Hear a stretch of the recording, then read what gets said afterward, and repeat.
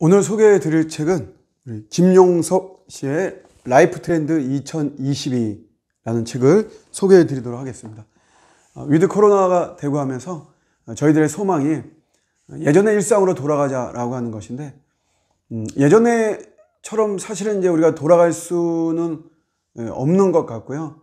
뭐 예전처럼 사실 우리가 일을 하고 학교를 가고 여행을 가고 우리 어떤 생활을 하더라도 예전과는 좀 새로운 방식으로, 또 더 나은 방식으로 우리가 살아가야 된다라고 하는 이런 의식들이 많이 반영이 되어 있고요. 올해 특별히 이제 2021년도 코로나 2년 차인데, 이때 이제 우리에게는 어떤 현상들이 있었는지 그런 것들 좀 살펴보면서, 또 우리 내년도에 또 어떻게 우리가 삶을 좀 계획을 해야만 되는가라고 하는 것을 좀 살펴보도록 하겠습니다. 또 간간히 우리 목회와 연관되어서 저의 생각과 또 정리를 좀 나눠드리도록 해보겠습니다. 일단 12가지 주제를 가지고 이렇게 이야기를 하고 있는데요. 첫 번째는 유의가 된 가드닝과 반려식물이라는 주제입니다. 집이라고 하는 게 이제는 더 이상 뭐 잠자고 뭐 쉬고 하는 이런 공간이 아니라, 우리가 이제 집에 있는 시간이 많아지다 보니까, 그러다 보니까 나의 취향을 충분히 반영이 되는 이제 그런 공간이 되어버렸습니다. 아주 적극적으로 반영을 하고 있죠. 전 국민 10명 중 2명이 단독주택에 사는 것으로 이렇게 나와 있고요. 8명은 빌라나 아파트에 사는 이런 모습이 되는 거죠. 그래도 정원을 갖고 싶어 하는 이런 마음이 더 큰 겁니다. 그래서 집안의 뭐 베란다라든가 작은 공간들, 또 반려식물들, 이런 것들을 가지고 집안을 가꾸는 이런 트렌드가 아주 강했습니다. 흙으로 만들어진 우리 인간이기 때문에 여전히 우리 인간들은 자연이 그립다라고 하는 이런 메시지를 담고 있는 것 같습니다. 두 번째가 올라운드 비거니즘인데요. 엄격한 채식주의자를 말하죠. 여기에도 이제 여러 종류가 이렇게 있는데, 그냥 하나로 이제 이렇게 묶어서 채식주의자. 국내 비건인들은 약 150만 명이 된다고 그래요. 굉장히 적은 숫자가 아니죠. 엄청 많은 숫자인데, 동물성 가죽에서 이제 식물성 가죽으로 그 무게중심이 옮겨가는 이런 모습이고요. 요거는 이제 어떤 뭐 단순히 내가 채식만 고집한다 이런 것이 아니라, 완전히 삶의 모든 패턴들이 우리가 어떤 동물을 학대하고 동물을 죽이고 이런 거하고는 전혀 상관이 없어요. 이제 그런 걸 탈피해서 오히려 더 환경을 보호하고 또 동물을 보호하고 하는 이런 모습으로 적극적으로 의사가 반영되는 이런 모습입니다. 상품에도 이런 것이 많이 있어서요. 옛날에는 뭐 동물 가죽으로 만든 것이라 그러면 합성 가죽 뭐 이런 거 비교해 가지고, 야, 그거 참 비싼 거다, 대단하다, 뭐 이렇게 이야기를 했는데, 지금은 이제 그런 것들이 자꾸 이제 바뀌는 거죠. 그 선두주자에는 구찌가 있습니다. 대단한 그 노력을 회사가 하고 있고요. 에르메스도 그 뒤를 또 따라가고 있는 이런 모습입니다.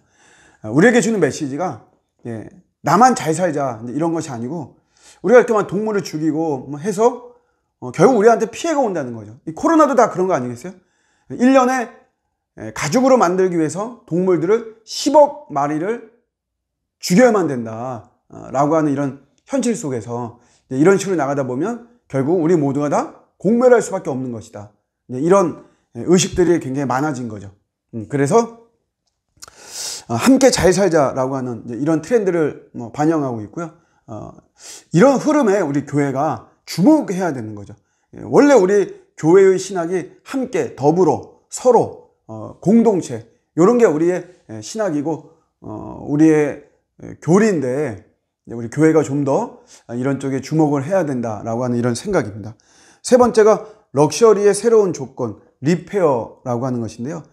비거니즘과 더불어서 환경에 대한 트렌드를 아주 강력하게 반영하고 있는 것입니다.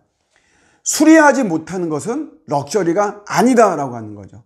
수리하지 못하고 뭐 한 번 쓰고 몇 번 쓰고 버리는 것은 그건 럭셔리가 아니고, 진짜 럭셔리라면 수리해서 오랜 기간 사용할 수 있어야만 된다라고 하는 그런 것이고요.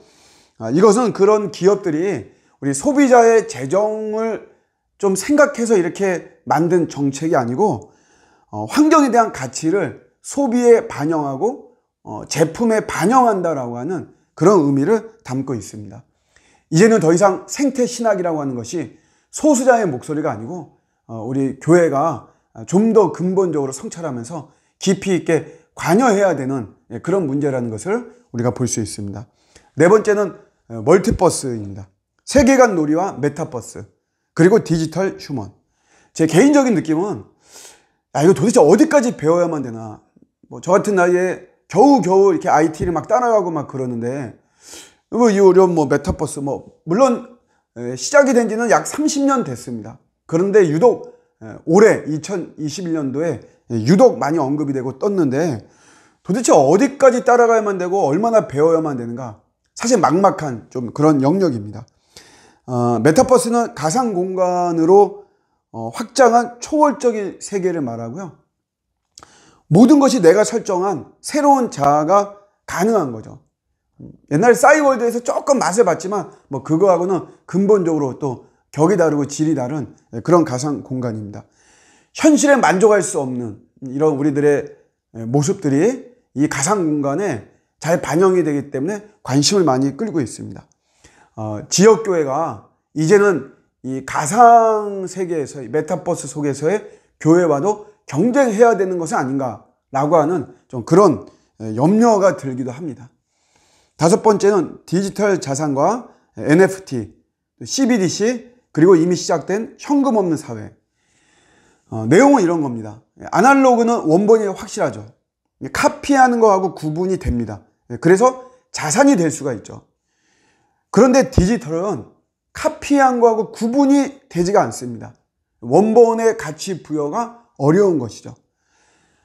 앞으로는 더 많은 것이 디지털 콘텐츠화가 되고 또 디지털로 유통이 될 것인데, 아날로그만 자산 가치를 인정받는다면, 그리고 디지털은 인정받지 못한다면 그거 좀 곤란하죠. 우리 일상의 모든 것들, 거의 대부분이 이제는 다 디지털로 많이 통용이 되는 이런 현실인데, 그래서 이제는 디지털 자산화가 시작이 되었다라고 하는 이런 메시지, 또 트렌드를 담고 있습니다. 여섯 번째로 스몰 액션. 젊은 세대들 10대나 20대가 사실 무슨 힘이 있겠습니까?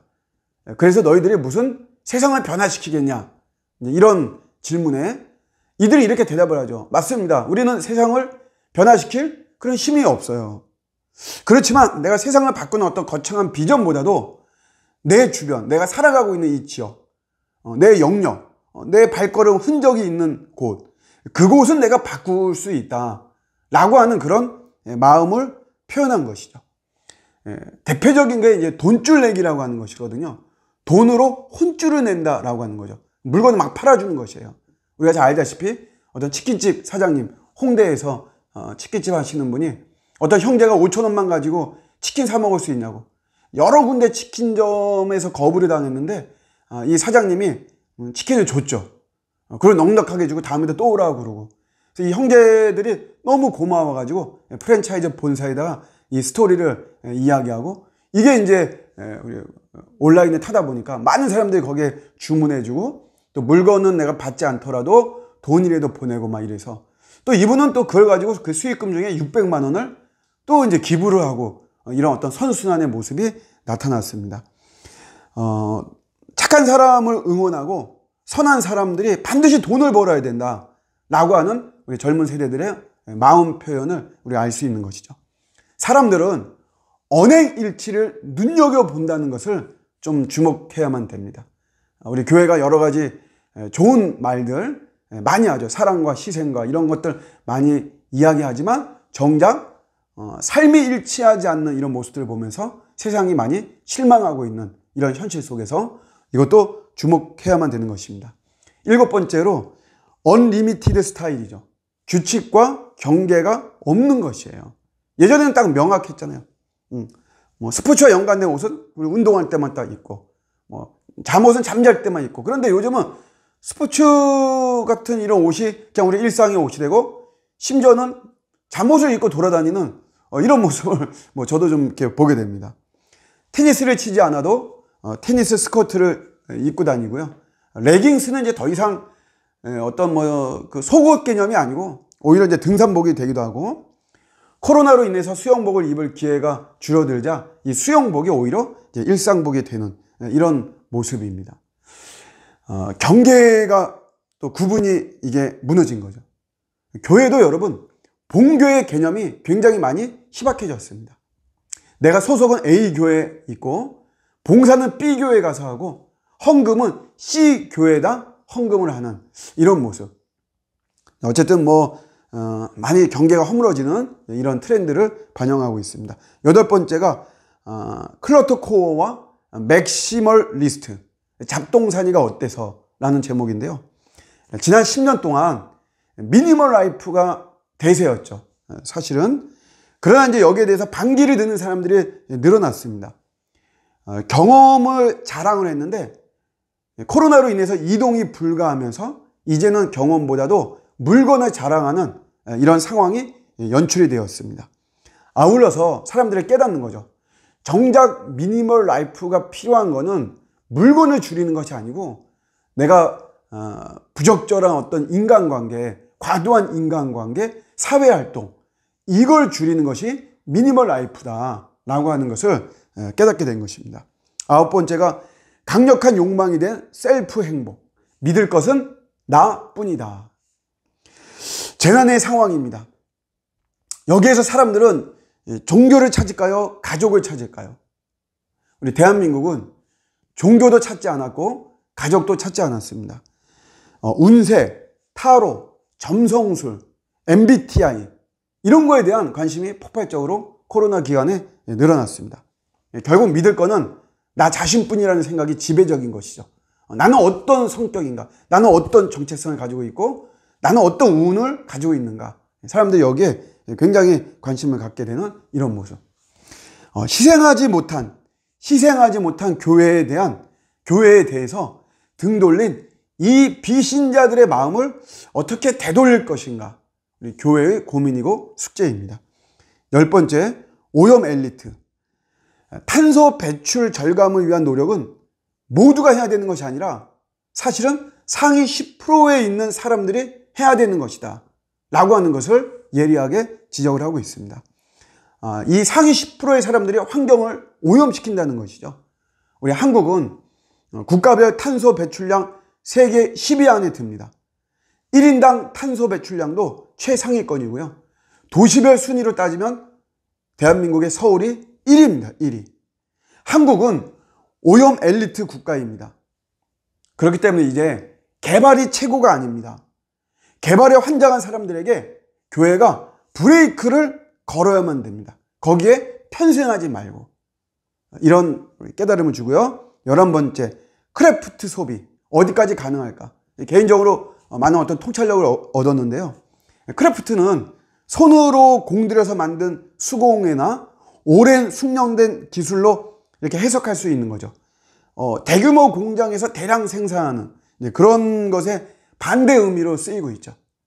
우리 편의점에서 가장 매출이 높은 수제 맥주 이런 거, 수제 버거 이런 겁니다.